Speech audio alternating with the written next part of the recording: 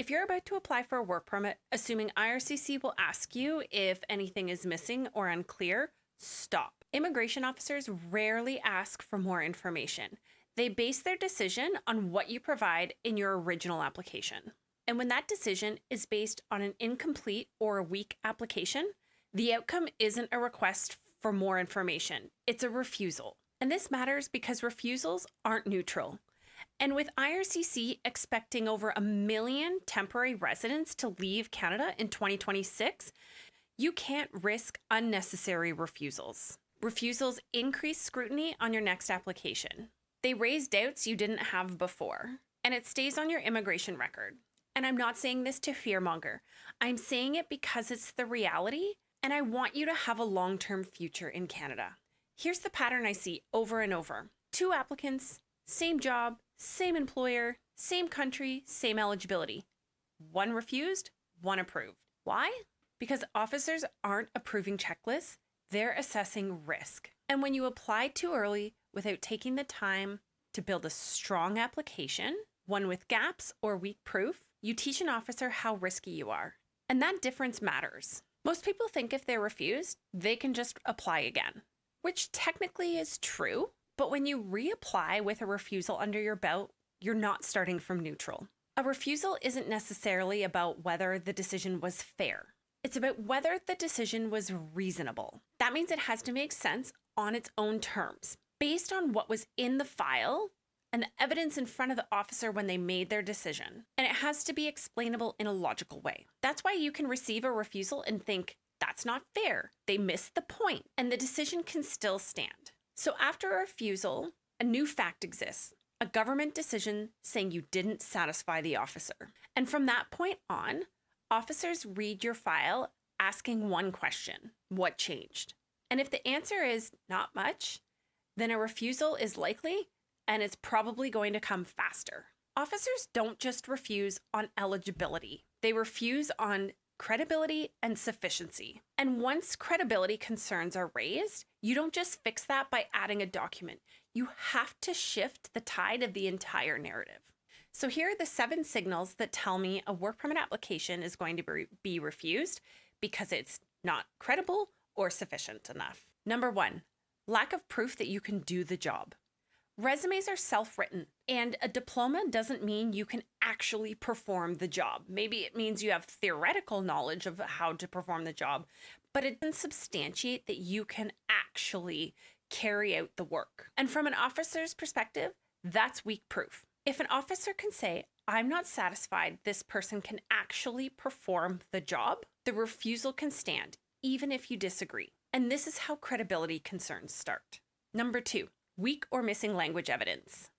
This one causes a lot of unexpected refusals. Not because an applicant doesn't have sufficient English or French language ability, but because they failed to provide proof of it. And this often happens because IRCC doesn't even ask for proof of language. Providing proof of your language skills is especially critical if your role is skilled, safety sensitive like trades, or client-facing. If you don't include proof of studies in English or French or a language test, officers don't ask for more. They'll infer inability, even if the document checklist doesn't ask you for a language test. And once that inference of inability is made, you're not correcting an eligibility issue. You're trying to reverse a credibility finding. Number 3, employer risks that you might not be aware of. An employer can sink your application even if you're eligible and your credibility is strong. For example, new businesses that can't prove they're able to support the wages they've offered you. Companies with past compliance issues. Inconsistent job descriptions that either don't match the details provided in the labor market impact assessment or the offer of employment submitted in the employer portal. Or job offers that don't clearly map to the company's business activities. If the employer looks risky, the officer can reasonably conclude that the job offer isn't genuine.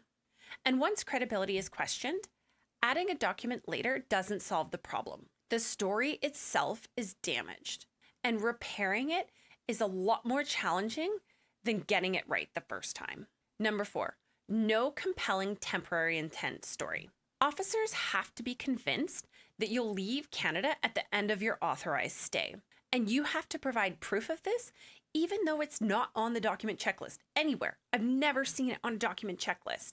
Yet this is one of the most critical and important components of a work permit or any temporary resident application.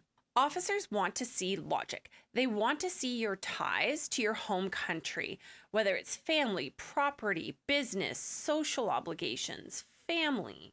They need to be convinced that the factors pulling you back home are stronger than the ones keeping you in Canada. And they need to see a plan that makes sense. This also includes addressing political and economic factors in your home country, even though these may be completely outside your control. If your application doesn't explain why you would leave, the officer is allowed to reasonably conclude that you won't. And not addressing this point is a gap in your application narrative, and gaps result in refusals. Number 5, recent status changes.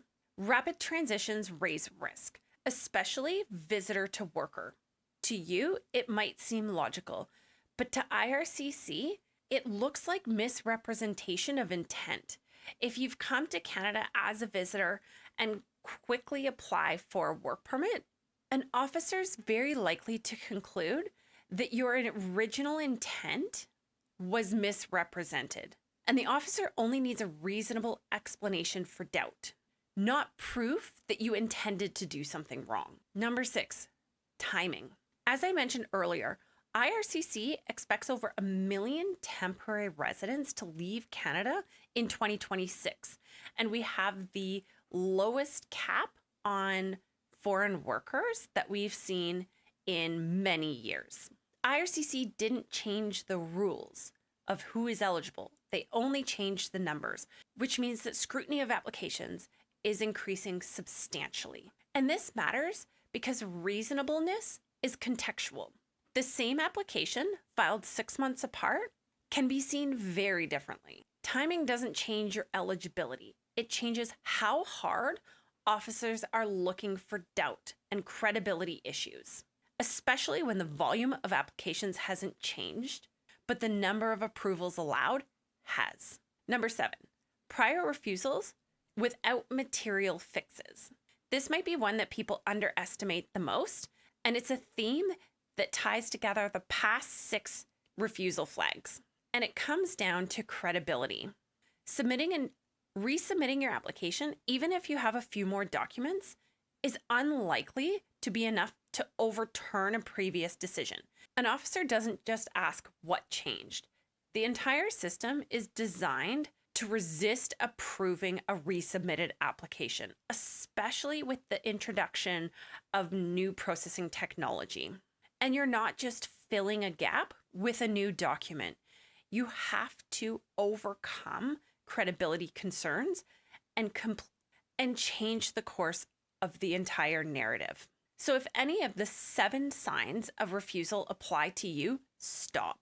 Not because you're ineligible, but because applying now without addressing risks will make the problem harder to overcome later. Fixing risk isn't delay. It's how smart applicants avoid locking themselves into a string of refusals that cost time, money, and potentially your opportunity to work in Canada. And people will push back on me here. They'll say, but my friend got approved. That's survivorship bias. You don't see all the refusals that I've seen. Or they'll say, I'll explain later if there's an issue. But there usually isn't a later, because most work permit decisions are made without interviews or requests for more information. Or they say, I don't want to wait. But waiting to fix risk is a lot less waiting than overcoming refusals. And here's the uncomfortable truth. Many people who got refused were actually eligible. They met the rules. They just didn't meet the officer's standard of proof or credibility. So in the next episode, we'll break down why eligibility doesn't automatically mean approval and how officers actually decide which eligible applicants get approved and which ones don't. And if you want expert design tools that will help you build a credible, sufficient application, visit Navio HQ. It's your hub for all things Canadian immigration, and it's absolutely free. Click the link below to get access and hit subscribe to get notified when the next episode lands.